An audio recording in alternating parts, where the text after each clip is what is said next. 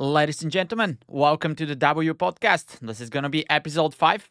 We had a banger of an episode in episode 4. You can check this online. Check the links below. We have a separate channel for the podcast itself. So if you're interested, you can follow that. I'm Wolvy. I have SaucyJay here with me. We are the friendly neighborhood healers. And today we're going to be talking about a lot of news that hit World of Warcraft in the recent days. And of course, the new patch that's coming up. Hi, how are you, SaucyJay? Let's start with that. I'm doing well. Feeling good about some of these changes we're going to talk about, and did a little digging on the forums as well to kind of get the general sentiment of the community, and pretty mixed. So that's always going to be the case. But yeah, pretty well. Thanks for asking. How about yourself? I'm doing fine as well. There was a community event this week, Break the Meta, and I played a lot, or at least I tried, because it's hard to find keys in general, and it was even harder to find keys for Break the Meta. But yeah, in general, I had a blast. Even changed my perspective on healing a little bit, but we're gonna talk about this in the episode for sure. But let's start with one of the big topics. This was announced a few days ago already, and it concerns the changes to the crests and the gearing system, which Blizzard announced that they're going to release it in patch 11.0.7, which by the time you're watching this video, the patch is probably already out. And this is going to be the starting point for Season 2. So let's go through the changes first, and there are quite a few actually, all concerning crests and crafting. So first thing that they're doing, they're increasing the amount of crests that are going to be dropping for each of the dungeon levels. And the keystone level is going to matter. So the higher the keystone level, the more crests you're going to get. And then if you deplete the key, you're going to get subtracted 4 crests, which by itself is an improvement. So let's say that you do a plus 10, that's going to give you 16 gilded crests instead of 12. And then if you deplete, it's going to be 12. Another improvement, I guess, is that at a plus 12, instead of 16, you're going to be getting 20. That's basically going to speed up the crest acquisition a little bit. And then the other big change is that if you want to craft a gear, that special item that you're getting to be able to actually craft at the maximum item level, which costed 90 gilded crests before, it's now going to cost 60. So that means that you're not going to be spending your whole week of grinding crests for one crafted item. You're going to be spending 60, and then you're going to have 30 left. So that's basically in a nutshell. The other, I guess, thing that we need to mention here is that the achievement that's going to give you the discount to upgrade gear on your oaths for gilded crests, which required you to have a 639 item on each slot, which is basically unachievable for most of us, is now reduced down to 636, which means that for the slots where you're missing a mythic track piece, you're going to be getting a 636 crafted item now, so you can potentially get there, even if you're not there right now, considering that the crafting is going to be a bit cheaper. And Blizzard also posted what they're trying to do with this and what is their intention. So what are your takes on this, just reading this and now knowing how it's going to work, starting basically tomorrow? My comments are pretty always like they're moving in the right direction or they're moving in the wrong direction. I never have like a very like this is the best, but I think these are positive changes based on community feedback or just I listened to a lot of podcasts and everybody was pretty much saying the same thing. Why do more than 8? Why do more than 10s for vault? Like there's no incentive unless you're pushing and then it's really rough when you're going for every single level because it's pushing. So I think this kind of changes it a bit. You get more for the more that you do. They didn't drop the Valor Stone numbers yet, I don't believe. But they said it's also going to be more per keystone. So that's good. The other thing is the depletion, I think, is amazing because it's going to incentivize people to just stick it out for the duration of the key, because it's not like you're only going to get 5, right? It felt very punishing to get 5 crests when, that's like, that was big. So I think those are really both positive things. I'm excited for it.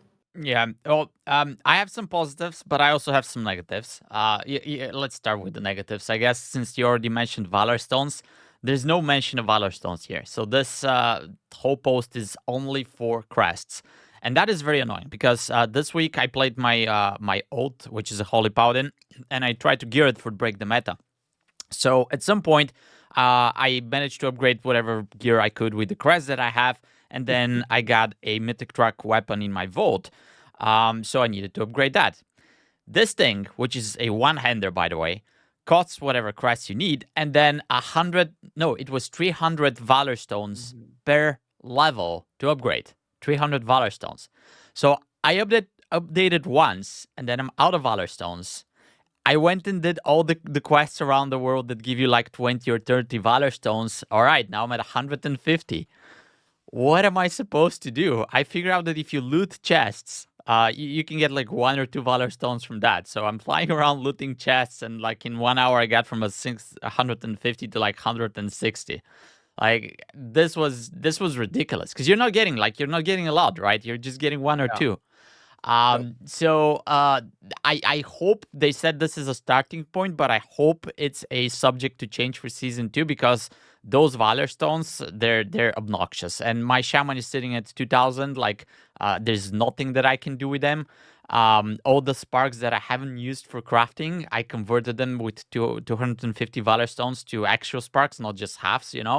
I'm still capped, and there's nothing to do with them. I cannot trade them, and then my ults are starved. And I have the crests on them to farm. I'm gonna have even more crests now with the new system, but I'm gonna be lacking the Valor Stones, and there's no easy way to farm them, right? It's not just like, oh, let me go and do something, and then I'm gonna get some Valor Stones. I think if you get some in a dungeon where you get some IO score, or somebody gets an IO score, you get like 60 or 70, Yeah. but that's still so far away from the 300 that we need.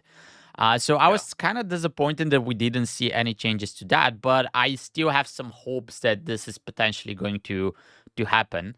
The other thing that I kind of like don't like is that in the beginning of the season they actually increased the mythic track for the pieces for the upgrades from 4 item levels to 6 item levels, which basically means that you need more crests to upgrade a Mhm. piece once you get it. So now they're Yeah. giving us more crests, and we have been asking for more crests in the past, but they were not compliant. They would say, "Yeah, it's fine. We're not gonna give it to you." And now it feels a little bit like they messed up with this extra levels for the mid track, and now they're giving us a bone to chew on and say, "Oh, now we're gonna give you more crests." But this is not Mhm. giving us what we wanted back in the day. This is basically just fixing a problem that they kind of self-induced on themselves with this extra mythic tracks. And you mentioned community and stuff. One of the things that I kind of saw in many posts and many people that actually posted in the comments below our podcast is that um, it takes too long. It takes too long for your main to basically gear up, get the pieces. Maybe it's gonna be a little bit better now because the crafting gear is going to be easier to obtain. And then even if you craft something, you're still gonna have some crests left to upgrade. But I think that this is still going to be a slow process. So for the people that do not enjoy that long to gear their main, it's still not going to be a good experience. Maybe this is going to hit in the right places on your ults because you're going to have more crests and then you're going to need less of them to upgrade. But for your main, I think you're still going to be stuck in probably not 4 months to get everything upgraded, but now it's going to be like 3.5 months or something like that. And I'm not sure, like for us, we play all the time, so maybe that's not a problem. But for people who are a little bit more casual, that's maybe too long of a period. And yeah, I'll even mention that yeah, it takes too long for my main as well, but I'm not happy about it as well because at this point of the season, all I want to do is not gearing. I want to be pushing keys, and Mhm. I don't want to be handicapped by not having best gear and not having my pieces upgraded to the maximum possible level that they could be upgraded to. Right? The dungeons are hard enough as they are, so I don't want to be missing item track levels for upgrades or something like that. So from that perspective, I think, as you said, it's a step in the right direction. But maybe there's a lot more to be desired for this to be fully compliant and enjoyable by a broader audience of people.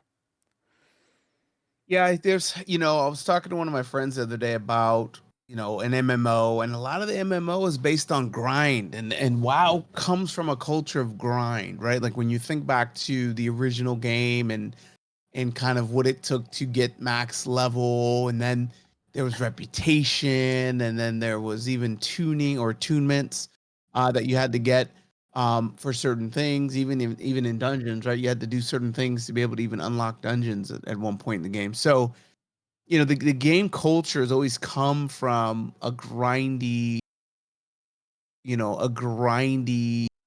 perspective or just the design. And I feel like sometimes they want to maintain some of that because we mentioned this before, but there's a certain amount of pride and a certain amount of accomplishment that comes with the grind, especially when you complete. And so trying for them, I think, to try to balance that with um, the demands from the players, just saying, look, we just want to play the game. We just want to get in here and feel like we can compete. I got friends that say they want the old system where it's like when it drops, that's what you get. You can't upgrade it. You can't. It is what it is, and you can push your content. But those systems were around back in the day when there wasn't Mythic Plus, and so Mythic Plus brings this different element to the game where it's incrementally, or now maybe not incrementally, it's very big, upgrades every time you go to another higher key. And you can't do that with the same. You can do it with the same keys, but at a certain point, the math just doesn't play out. You're not going to be able to do the damage, or you're not going to be able to heal through it, or whatever. So those systems, there's an interaction there, and I think a lot of it comes through that. I don't even think with Mythic Raid, that the demand for the incremental gear. I mean, maybe they're tuning it a little bit, but you don't really see consistently harder hitting things in raid as you get to the ender bosses. You just see more different mechanics that maybe are a little harder. Maybe you do see some elements that are like you can't mess it up or you will get one shot. But the leveling of the gear really for me stems from the Mythic Plus, and I think it's intentional for that grind. So and that's why I think when you look back to what Ian said, he said, we like the system, we want to keep the system. They like that grind. They want players to feel like they have to grind. Even now, if they can make it this is again a step in the right direction, like you said. But I think I don't ever see them making it so week into the patch you got everything you want and you can just blast, because I fully anticipate, it's kind of getting off the subject a bit, but I anticipate when we hit CE this season, we're gonna have 4 or 5 people just retire, or just stop playing because Standard. yeah, Yeah. they're done. They got what they wanted, and they're done. So if people get to a place where they get the gear they want and it's exactly where they want it, they get their best in slot, and they hit a wall with pushing, they'll just log off and go play, some other game, or go to the gym or spend time with the family, whatever, right? They'll just stop playing. So I know that there's like this little, cheese dangling in front of people, or carrot dangling, and that's just the culture of WoW.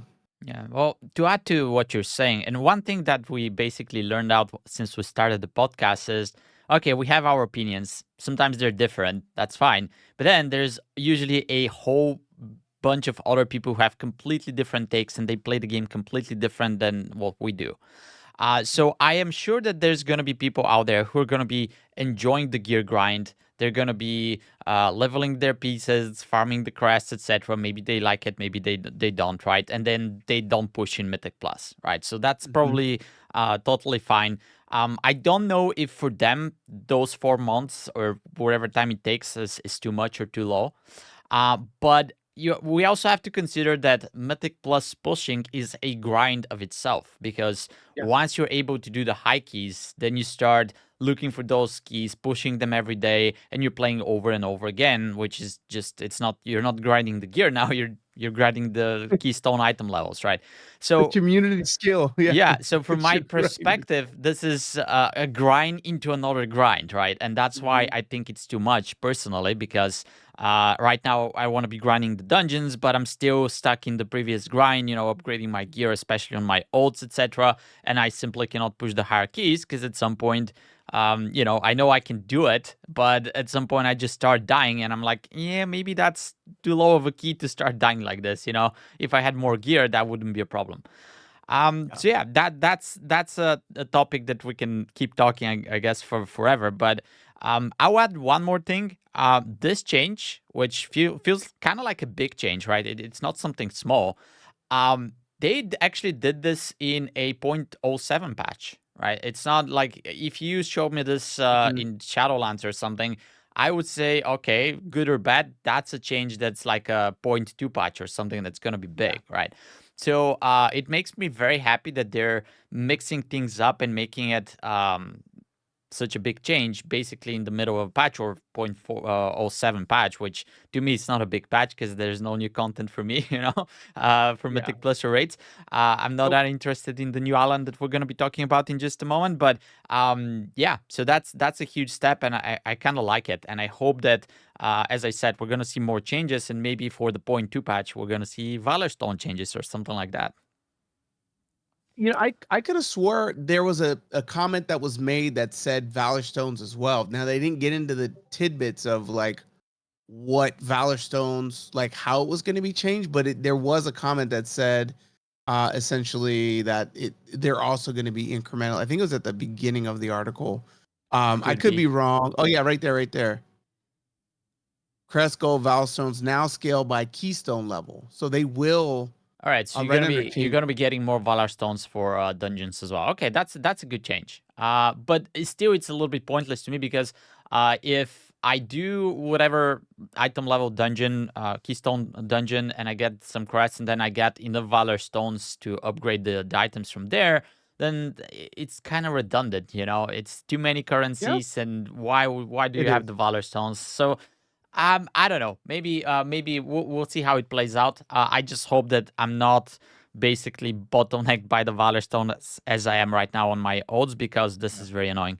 And Yep. the last thing that we can mention, this topic, I guess, is once you reach those caps, maybe figure out some way to make them war bound, even if you pay a tax, or something like that. Um, Please. yeah, because even this season, like I was at the cap of both Valor Stones and Crests on my main, but I kept doing dungeons for whatever reason. I needed IO score or I needed an item. So all this grind and all those resources are basically wasted, right? Yep. So Yep. they're reducing. So if you have a lower crests and you want to upgrade them to a higher crest, before you had to pay 90 to get 15. So now they're reducing this to 45 to get 15. So maybe do some kind of attacks like that as well. But let's say at the end of the dungeon, you get, let's say, 20 Gilded Crest, which is going to be a plus 12, and you time the dungeon. If you're at the cap and you get those 20, maybe just give 5 as a warbound currency or something like that, so that at least you can use them on your ults, even if it's Yep. like in this huge type of tax that you're paying, but it's not gonna feel like they're wasted and you wasted your time. Yeah, I Because agree. obviously they're not gonna remove the caps at the start of the season, so at least something like this, it's gonna be a huge step forward. Yep. I All right. agree. So let's go to the next topic, which is going to be the new zone, the Siren Island, which, it's something. There's going to be some dailies, there's going to be some achievements. Personally, I'm not very interested in that. I'm going to go and do it because I do achievements, but it's not what's going to get me excited. The thing that kind of excited me was the new ring that we're going to get. And it's basically a ring that's going to have 3 sockets, and you can put different gems in those sockets, and they're going to have different effects. Now, the effects are very interesting, a little bit more interesting than the previous iteration that we had in the Forbidden Reach in Dragonflight, which had a similar mechanics with similar ring. They're going to give you stats, and then they're going to give you some extra damage, some extra healing, some extra mitigation if you're tank, the regular stuff. And my biggest note for this ring was that I understood that it's going to take 6 weeks to get it from the starting point, which I think was 619, all the way up to 639. And I was very excited about this new ring until I find out that it takes 6 weeks, because it means that if we start getting it tomorrow, it's gonna be like the end of January when you get it to max level. Yep. So that kind of put me back. I was very disappointed. I was like, I don't know if I even want to do this, because I'm not gonna use the 619 ring on even on my ults right now, right? So it's gonna be pointless. It's gonna be weak. And even some of the simulations that people did showed that the ring is not that powerful. You know, it for some classes maybe, but for others definitely not.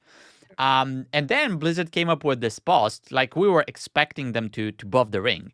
And they kind of did by pushing the starting item level to 639. And now in 6 weeks, when you fully upgrade it, it's going to go to 658. So that means that this is probably going to be a very, very powerful ring, and potentially even side effects, on the side. So that now makes me a little bit more excited, because obviously you're gonna get a higher item level item. You're not gonna be starting low, and potentially it's gonna get even more powerful. So this now actually feels like a small bump, like a small buff that you're getting, no matter if you're doing Deus, Mythic Plus, or Raid. You're gonna get some extra oomph from this ring, so to speak, which was not the case before, and it's only going to get more powerful. So that's another iteration. That's another change that they're doing in the PTR before the release. That's also something to point out. They're not going to do this after they release it. So I guess that's another step in the right direction. Yeah, I feel like two thoughts here. First one's super disappointing because it's literally copy paste from the last expansion, which is kind of like, okay, we did that at the end of Dragonflight, where like we had the same dungeons, we had the same tier sets, we had the same look at the tier sets, like copy paste. Then we get here and it's like it's the same thing. Um, so that's a bit disappointing, but the change I think was huge for them in the sense of it went from, players that, run tens and up and heroic and mythic raid.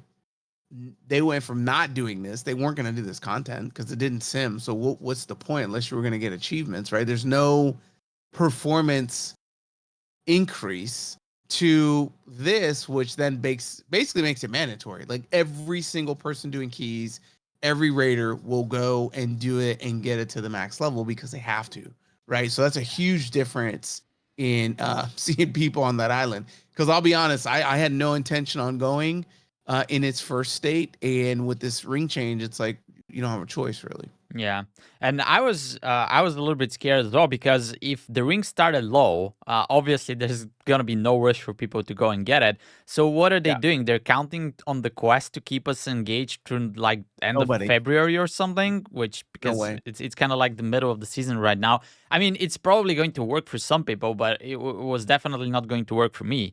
And then Yeah. there was one more change they announced. The gems that you're going to be getting from this Mhm. island, and you're going to be socketing into the ring, they're going to be warbound until equipped now. So that's another thing that we mentioned back in the past, but we were hoping that this ring is going to be old friendly, because okay, you take you bite the wood and you go and farm the island on your main, but then if you have to do everything again on your ults, and it's exactly the same grind, exactly the same quests, and exactly the same RNG probably to get the right gems to drop for you, that's gonna be very annoying. So that's another step in that direction, and I'm actually very excited. It's actually going to be an upgrade for my main as well, because I don't have two mythic level rings, but it's going to be a huge boost for some of my ults, which have crappy rings that are not Yeah. even, probably hero track. So that actually is a very big step that makes me very excited to play my ults, maybe to try something different. And with just those two simple changes, basically, it makes me looking forward now to this, instead of like thinking, oh my god, it's going to take 6 weeks to fully upgrade the ring. Why? Right. Hmm. So Yeah. a very positive change in general. All right, and then we'll see how the island by itself plays. But we can jump to the next topic, and that's gonna be the class tuning that they announced. Um, This is basically new for this specific week. They even made some adjustments to it. And we can talk about maybe some of the changes to the DPS classes, but the main point that I'm going to make here is once you read through this article, you're going to find out that there are no nerfs this time. So they're only buffing underperforming classes. And that by itself just feels good, right? You're not scared that you're going to see your class there and know that there's going to be a nerf coming and you're going to feel less powerful, which happened to some of the DPS specs on Shaman. So that didn't feel well. And I was always an advocate of, when something is wrong, unless it's like very wrong and you need a big nerf, just don't nerf the well-performing classes. Just buff everyone else, make them feel good as well. Because obviously, if you're a little bit overpowered, your class feels good, and if you're not, you're just sitting there waiting for help, right? So give help to the people who are waiting, but then don't make the people who are already playing the game and feeling good feel bad, right? So I think this is going in that direction. There are some interesting changes, as I said, to the DPS classes. Devastation Evoker is getting a buff, or damage increased by 4%.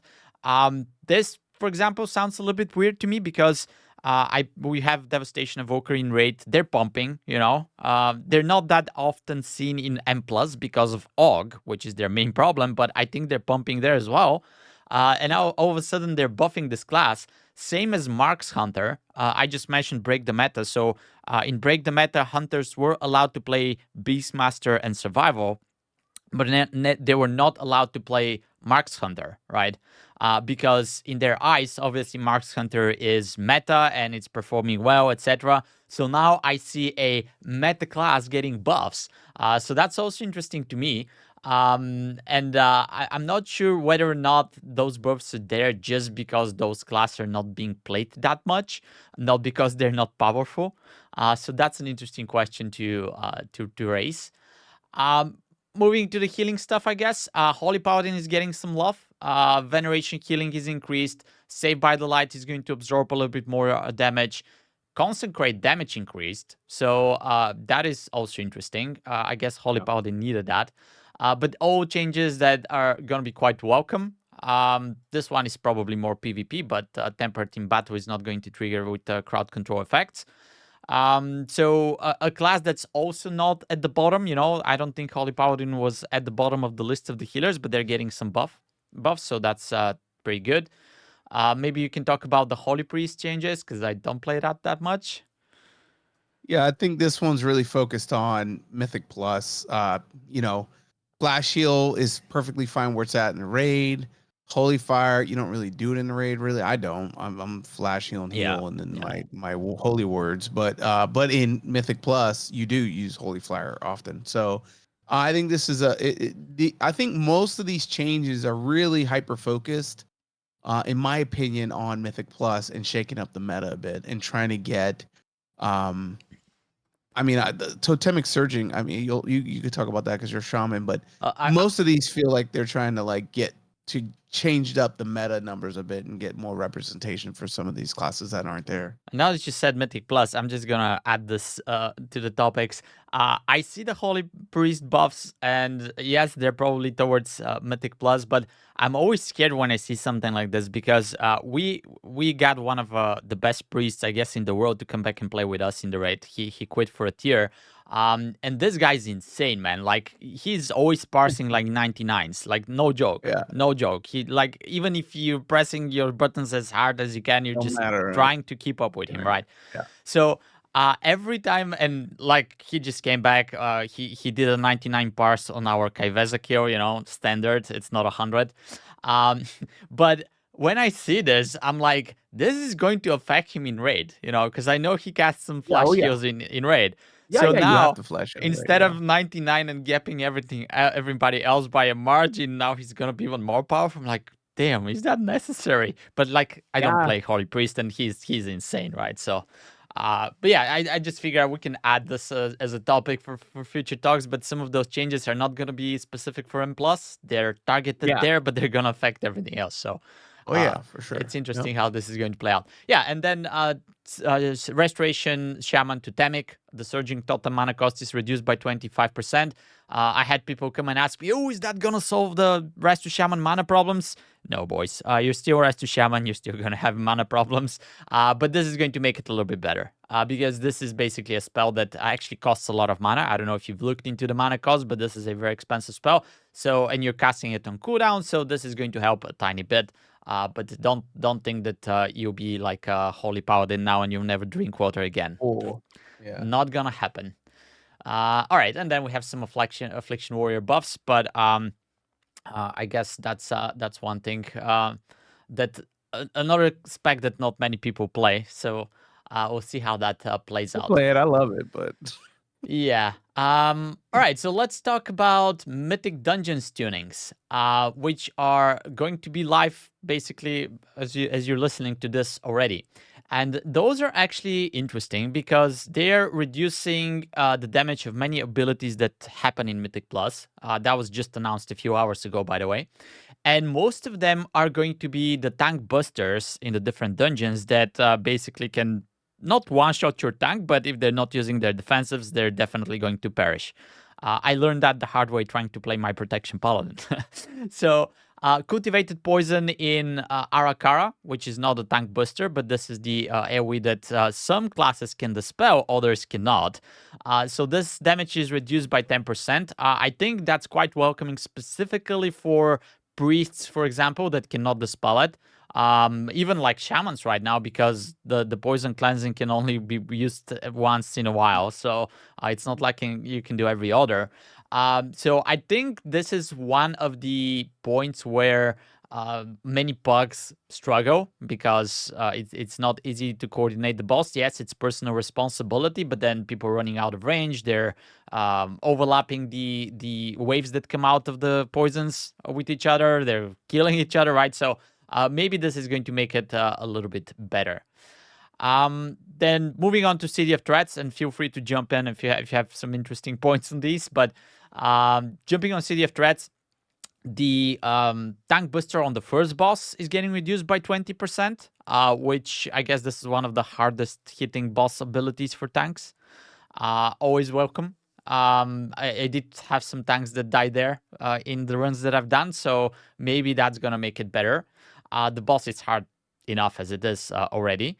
The big bug on the stairs before the third boss chamber, whatever, it's also having its venomous periodic spray damage reduced.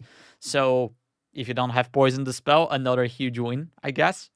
Moving on to Green Bateau, the Flame Renderer's Shallow Flame slash initial damage is reduced by 20%. Sorry, 25%. So another welcome change. I guess the double Flame Renderer pool, which some people skip. And that makes the huge difference in your Green Bateau runs, by the way, because if you pull them, you usually wipe. Maybe that's going to be more manageable now. This is probably the scariest mob in there, although not every tank realizes that, because they are, oh, let me pull that on top of this big pool, you know? What could happen, you know? Yeah. It's not like we have curse dispels going on at the same time that people have to deal with the interrupts. Different topic. Then the Molten Giants, their Lava Fist tank burst damage is also reduced. I don't know about this one. Like, usually I don't lose tanks on the Molten Giants, but, you know, it's a change that we can welcome. The Mistveil Guardians and Mists of Tyrnaside, those are the Guardians that you see in the mace in some of the packs. They have a huge tank booster, and when you get two of them, the tank is taking more damage, etc.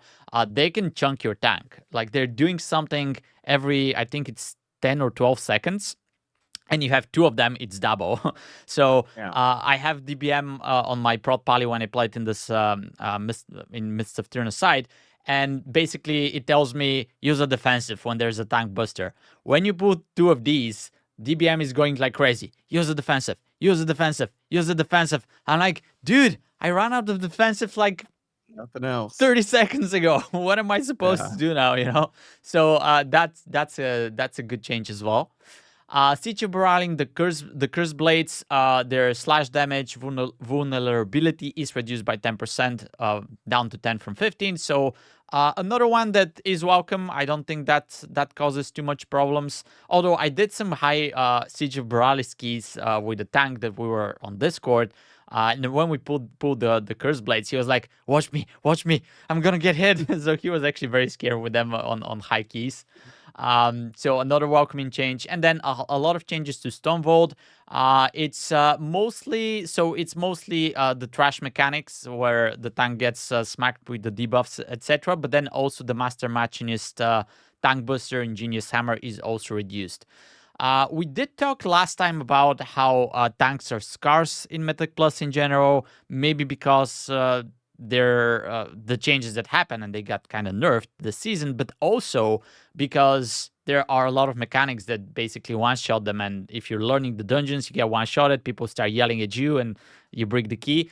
Maybe this is going to help in that direction, and I don't think it's going to bring back tanks to play, but it's at least going to make it easier for people who are already trying to play tank and learn it, and maybe ease up a little bit the Mythic Plus difficulty when we're trying to push keys.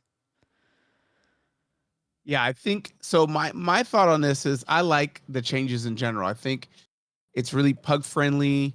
I think it's a little bit of balance for tank and healing. Even the kicks, like the Shadow Claw there they're talking about going from increase to 2.5 seconds instead of 1. So I like it. But when I was going through the forums, it was really mixed. There was a lot of people that are like, this is way too late. These are good changes, but it's like mid to end of the season. Are people going to come back? All those people that were doing keys before, they're going to come back because of these changes? Maybe, maybe not. So there's a lot of cynical kind of feedback on the forums. My personal feeling is I think they're good changes. I'd like to see them happen about as frequent as we're seeing class tunings. We see class tunings pretty regularly.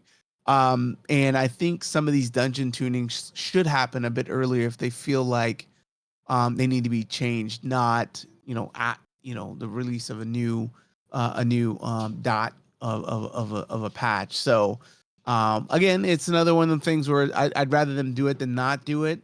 And I think it will help, but I hope it's enough to start to bring people back, which Yeah, I don't know if it is. I don't think, like, if you're reading this and you're a tank, that's not gonna bring you back, right? It's not big enough. But if you're playing and now everything is getting a little bit easier, I think that's gonna be a huge step forward.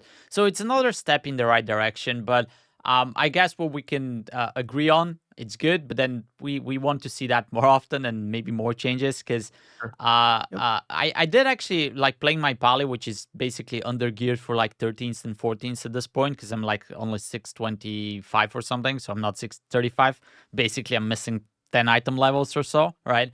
And I kind of got a wild take on healing, because we were talking last time about how all the one shots type of damage is kind of gone, and now everything is pulsing damage, etc.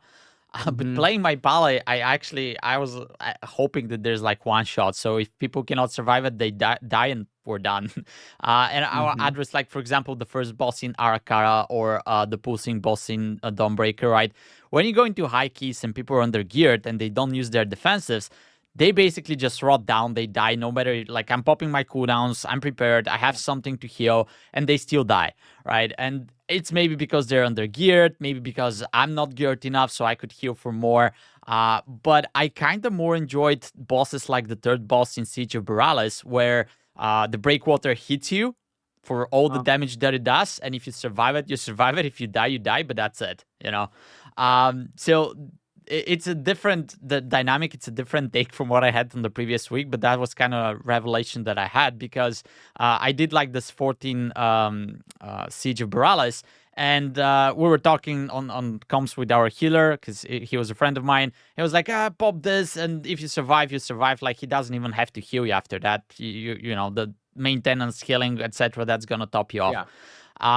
And that felt chill, although people do panic on this boss, and like it hits and they pop health pots, and I'm like, dude, what are you doing? Why? But that doesn't matter, right? So I was, and then there was those rot bosses that would just kill your whole party, and then everybody would blame the healer, and I would be Oh like, yeah. bro, I pop my divine toe, and then I spammed the empowered holy shocks at you, and you still died. What am I supposed to do? And this kind of makes every healer now feel like a discipline priest, to me. And that's a wild take again, but the way the discipline priest works, and you know this the best, but if there is a big AoE that's coming, you have to spread your atonements, which usually just casting radiance. Then you have to do a mind blast to turn your smite into void blast, which does more damage and heals for more. And then you have to pop your mind bender to do even more damage and more healing. And if you set this up correctly, just as the damage is coming, you just press your penance and your void blast, and you can heal to everything. Right? It doesn't matter if people are pressing defenses or not. You're godlike. But if you are late, if the damage happens and you're those 3 buttons behind, you're not catching up. Everybody's gonna be dead by the time the pulsing stops. Right? So from that perspective, basically every healer now feels like a disciplined priest, because those huge damage checks, those huge pulsing damages that happen in the dungeons, even if you're not playing disc, you need to know, okay, this is exactly what I'm going to do now. No matter what healer I'm pressing, this is the cooldowns that I'm going to be using. This is how I'm going to do it. This is how I'm going to heal through it. And if you don't do that and the damage happens, even if you are a reactive healer, usually there's no catching up, right? I don't know. It's an interesting dynamic. I don't think the solution here is bring back the one shots, but I just had a very unpleasant experiences in the last week, trying to heal through burst damage on different healers, and even if I had everything prepared, people would still die. So I'm not sure what to say here, but that was just an interesting revelation that happened to me. It's always fun when you change classes and kind of like, every single class has their specialty for certain damage types and being able to work through it. It's always interesting. That's why I feel like discipline's it's hard and easy in the sense where you have to understand the timers, like you just said. But if you do understand the timers and the rotation, you're good to go. So it's pretty easy from there. So, but yeah, every single one has different. Even as disc, and that actually stands true for all those healers. Even if you plant everything correctly, if you miss one global, if you misclick one of your buttons, you're done. Everybody wipes. Even it's funny. I didn't want to nitpick, but because I'm disc and you're not disc, but when you actually mind blast after the pet, I don't know if you know that, because you get this thing called torment, which does a pretty good amount of healing and damage. And so the rotation is just a little bit different. But I know when I don't do my rotation right, it does make a big difference. Those torments help a lot, not only in damage but in healing. It's massive. So it's very unforgiving to your point. Like if you don't do it right, it can like you say, it can cause a wipe. Yeah, I do not play that high keys on this, so I guess it's fine if I cast my mind blast, even if it's wrong. People still survive. But like if I don't cast it, or if I'm late, that's what I'm trying to get to, because that's true for every healer. Like if you misclick one of your buttons in heavy AoE, especially in higher keys, it's done. Everybody dies. So this feels a little bit too punishing. Even yesterday we did a green bateau, and the tank jumped into a big pack. He got deleted, like one-shotted, insta. And he was like, oh, sorry, I didn't press my defensive. And obviously we all wiped, and because it's a high key, I mean higher than 7, that's like 1 minute or something on the timer. So it feels like those, and it's one mistake, right? It's a one small mistake that he made, wiped us, basically cost us the timer and the key potentially. So it feels a little bit too punishing. And those are even not that high keys, it's just like 10s, 11, 12s. It's not like we're pushing 15, 16s or world first keys and like 19s. So I don't know, that adds to the bug unfriendliness a little bit. And I'm not sure what they can do to make it a little bit easier, but that is another topic that, it's pushing people away, and it's not going to make them come back into the game. I do think this will help the high keys push even higher, though, a bit more, where they're right now blocked because the damage is unhealable. We'll start to see high keys push a little bit higher starting next week. It's interesting if we would, because a lot of people are basically done at this point. They've done whatever they've done, and they're not coming back until next patch or something. Um, Well, the 1%, the 0.1% yeah, will still push, right?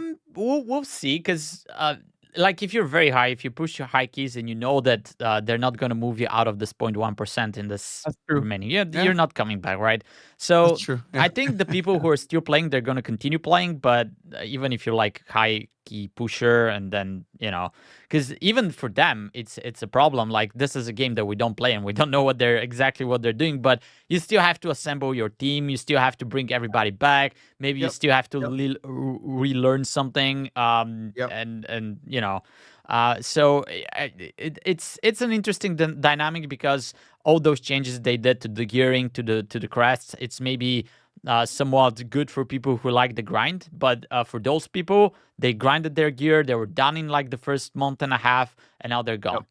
gone. Yep. So maybe this is what Blizzard is pushing towards too. So they're fine, the season is over, now go play something else and then come back for the next patch. Maybe this is the business model that they're trying to push to, and those other things could be Classic or Season of Discovery or something like that. Maybe Plunderstorm Mhm. that's coming back. Maybe it's different games. But I guess I don't know how many are out there like me, but I'm like this one game Andy, because that's all I play. So I don't want to go play Plunderstorm or Classic. I would play Classic if it was connected, but it's not, right? We've talked about this before. I don't want to play other games. So, maybe having something a little bit more for people like me is it's gonna be welcoming. But maybe I'm there's not that many people like me anyway. Yeah, Um, I've been playing that Path of Exiles lately, so I still get in the game. We did our alt raid tonight, and we got raid again tomorrow. But whenever I get a little downtime, I'm in Path of Exiles. yeah, It's good, I guess that's one of the reasons why there were not that many people in Break the Meta Week, because everybody's playing I this didn't do game. one. I didn't do one key Yeah, as I know. any. I I didn't do did a any. lot, man. I played my Elemental Shaman. I pushed there. Then there was this one group that swooped everyone. They had Elemental Shaman, so I'm not beating him because they did like 16s and 17s. So I started again on my Holy Paladin. I pushed on that, but it was so hard to find keys at the end of the week because everybody has done them already. So, and like I get, okay, Path of Exile is fun. Maybe if I play it, I'm sure I'm gonna have a blast. But it feels like one of those games that I'm gonna play it for a while, and then I'll burn out in like a week or two or something, and then Yeah. I'm gonna be done. Which is not a bad thing to do, but it just one of the aspects that I love about World of Warcraft is that continuity, that you keep playing and there's always Yeah. something coming, and Yep. there's always the next key to push, there's always a next patch, and then you're Yep. piling all of those achievements, all of those mounts. It feels like it's actually a world, it's a life, and you're living in it. Yeah, While for sure. Path of Exile is gonna be, yeah, I'm gonna play this for a few hours tonight and tomorrow, and then I'm gonna be done, even if it's For sure. even if it's fun or not. But yeah, I guess that's a that's a whole different topic. Yeah. Yeah. To me, it's like Warcraft is home, and Path of Exile is like going to a fancy hotel in Las Vegas. It's Yeah, good for about a couple it's days, and good you for the weekend, come right? back home. Yeah. Play in a poker tournament and then come back to your Yeah. Exactly. Yeah. daytime job and reality. Yeah. All right. That's funny. One more wild take that was released this week, and that this is not a Blizzard release, but it was a what if Mythic Plus used deaths instead of a timer. That's an interesting take. Maybe just spare a couple of minutes to give me your opinion on this. But the idea is we remove the timer from Mythic Plus dungeons, and we give you kind of like what Delves are right now, because you have a certain amount of lives there, right? So you can go in a group. That life count is, I think, it's shared in Delves. So you're basically in Delves, you're allowed to just die 5 times, and it doesn't matter if the number in Mythic Plus is going to be 5 more or less. It doesn't. That's a Yeah. different topic. But how would that change the experience? Do you think it's gonna be good? No, I think it's just gonna go back to the way it was before, where people would just do big safe pulls, big but safe. Wait for cooldowns, do the next one. Wait for cooldowns, do the next one. Oh, we got 1 more minute till lust. We might as well just wait 1 more minute and do it. So I don't really like it. I think it's interesting idea, and I think they sent out an actual survey, didn't they? Didn't a Yeah, survey go out to ask people? I'm gonna mention it in a second, by the way, because we didn't have that in our topics, but it's an interesting part. But um, I'm just gonna go back like on this topic with the deaths count, etc. Um, I think that if they do this, which probably they're not gonna, but if they do this, this is going to be a completely different game mode, completely different play style. Yeah. Because Mythic Plus is Mythic Plus because of the timer. Like, I don't like the timer, honestly. I don't like being rushed. I don't like depleting keys because we were like 30 seconds late. You know, that feels really bad. But this is what makes Mythic Plus what it is. If there's no Yeah. timer, it's going to be a completely different game mode. So Exactly. I think that if they want to pursue something like this, it has to be they can call it something else, like not Mythic Plus, and they can keep Mythic Plus with the timer and give you the option to do this different game mode.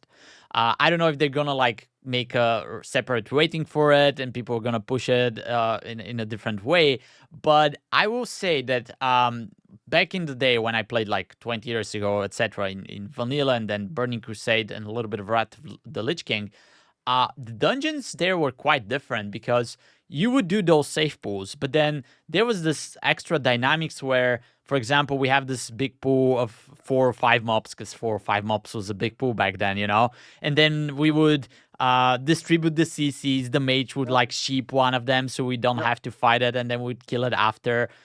That Yep. that was compelling as well. It's completely different than M plus, right? But it was a different type of gameplay. And I kind of enjoyed this type of dynamics that those dungeons had. So I wouldn't be opposed to see something like this, as long as they keep Mythic Plus, you know, as it is, and then people would just have an option to maybe push without the timer, but have a certain amount of deaths. And obviously, you will not be able to compare those type of runs with the Mythic Plus runs because they're going to be Yeah. completely different ideas behind them. But maybe just like as a separate game mode, maybe something that they can try out. Yeah. Yeah, I mean, I think a different mode would be welcome, and even maybe even a different set of dungeons or whatever. Like you said, like a delve. I think there's potential there, and those were fun. I do remember, and it was always fun. I always think of the outside of I was in Burning Crusades, the end of Burning Crusades, outside the Sunwell, there was a dungeon, and the boss, you got to a part where there was a boss, and it was like PvP, and you couldn't CC some of them, or you could CC them, but they could break the CC. I don't know, but I remember it being fun, and you had to execute that fight right, otherwise it was a wipe. That kind of stuff does bring a nice little interesting thing back to the game. Yeah. But there has to be something else, because if it's just like the same mobs, I don't know. It's interesting to think about. It's not super appealing to me personally, but I'm sure to some people it would be. But I think you're right. It would have to be kind of in its own little bucket, and develop kind of separately, that doesn't really impede or kind of impose on Mythic Plus, because as much griming or complaining and gripes are about Mythic Plus and this and that, it's still one of the big cornerstones of the current game and in its kind of existence, and I don't see it going anywhere anytime soon. Yeah. So to change it that big. And then the other thing is, people always get back to time anyway, because it's like, okay, yeah, you beat it, but we beat it 10 seconds faster. Even like in our raid, I heard my raid leader today talking about, oh, we did this one faster. We killed it in 108 pulls, and that's like above average. And so people do that, right? If it's like, even if it's not timed, it's still timed Yeah. Yeah. at the top, right? People are always gonna say, well, I did it better or faster than you. So Yeah, they're gonna find ways to make it more yeah, competitive. That goes yes, back to just the example that I gave the other day when we're talking about rates. If they move the race to world first in a separate private server, so that we don't have to deal yep, with splits, etc., and they let them compete there, people are still going to do a different race on the live servers, right? So oh yeah, it's kind of like an interesting problem to have. So yeah, you mentioned the survey, by the way. I don't have anything to show on the screen for this, but you mentioned a survey that Blizzard sent out. I haven't done it personally, but it had basically a whole bunch of questions where they would ask you, would you play a class, for example, a necromancer, which is going to summon a whole bunch of pets, and that's how you're gonna play in World of Warcraft? Or there were like some type of gunslingers which would have 2 pistols and things like that. So I think that was interesting to read and speculate what they can do, like a battle mage, whatever. But I don't know if they're going to be actually introducing a new class entirely.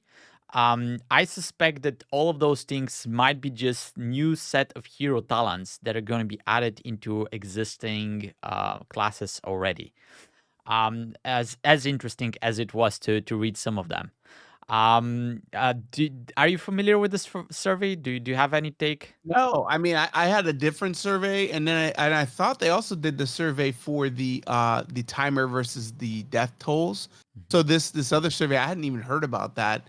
I think it's interesting, and I think the bigger picture when I you know I don't want to get off the subject because I think it's cool, but I think for me the bigger picture with the surveys in general is just the fact that like some of these tunings that they just announced a couple days before the patch, it's just they're listening, they're actually listening to the gripes and trying to figure out where's a happy medium, or what's a we don't want to make massive changes, but we do want to make small consistent changes, and I think that's good. And so when you see a survey, they want to know what the players, I where I work, I just sent out a survey today, and we're getting ready to do it's just something for Adobe Pro, but I don't want a bunch of we're on like a really old version, and we're going to a new version.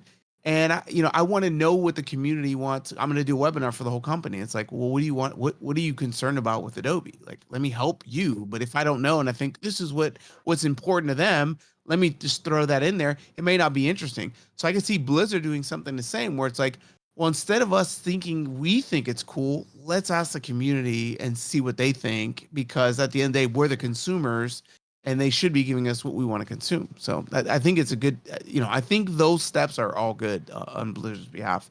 This last year, I think we've Yeah. seen a lot. As long as they take everything that we say with a pinch of salt, because we want some certain things, but that doesn't necessarily mean it's gonna be good for the game. But yeah, it's a very, very positive to see that they're looking for feedback. They're sending out those surveys. They're making these changes mid patch, basically, or point 0.7 patch, etc. Yep. And yeah, this survey actually, there were like a lot of discussions because people were saying, "Oh, I'm gonna play Battle Mage if it's out," or something like that. So there was a lot of hype about it. Personally, I would be more hyped to see certain hero talents implemented to some of the classes. Specifically, let's say you get a shaman tank or something like that. What a Uh, priest tank. Yeah, yeah, yeah. I would be more excited about that than having a new class. But I'm biased here, obviously. So we'll see what's gonna happen. That's probably gonna be something for the next expansion or the next two expansions. Yeah, for sure. Yeah, we'll keep you posted. And I guess we can end it today with one more topic, which is not going to be that positive, but they have an 8-hour scheduled maintenance for the release of the 11.0.7 patch, which is probably happening right now as you're listening to this podcast because it's very long. And this is a little bit obnoxious. So 8 hours is way too much in general. And I'm going to go back to something that happened when I came back to play the game at the end of BFA. I was basically there for the release of Shadowlands. And the release of Shadowlands was basically they didn't even bring down the servers. So you're in Ogrimmar, and then this guy comes and pops a quest, and you go into whatever that zone. What was it called? The mall or whatever. Yeah. And you just started playing, and it was seamless. Yep. Like it was maybe a little bit laggy because everybody was in Ogrimmar and they were waiting for the guy to show up with the quest, etc. Yep. Yep. But there was no downtime. There was no server restarts. There was no waiting for them to come back up. So to me, it's a little bit wild, and we've talked about this before, but to me, it's a little bit wild that they're still taking down their servers, what's left for 8 hours, because obviously they have the capability to do those things live. They've done it in the past, so it's not like they cannot do it, but for some reason, they're just gonna keep punishing us with those maintenances. And this one is 8 hours. It can easily probably go up to like even more because that also happened in the past. And yeah, I don't know. That's not a good way to end the podcast, but that's our last topic. Yeah, there's a lot of changes, right? So there's new area, there's new gear, the Crest system's getting changed. I'm sure they're gonna want, I don't know if any of this was on PTR. It was. Most And of it so was. oh, it was. Okay, good. Okay. Oh, So the so most they recent changes, I don't think like the class tuning and maybe the dungeon changes, but like the crests and the ring and everything that was testable on the PTR. they were okay, good. Okay, cool. Yeah, but I think who knows what they're doing when the servers are down. I got no clue because, like you said, there's no reason for it.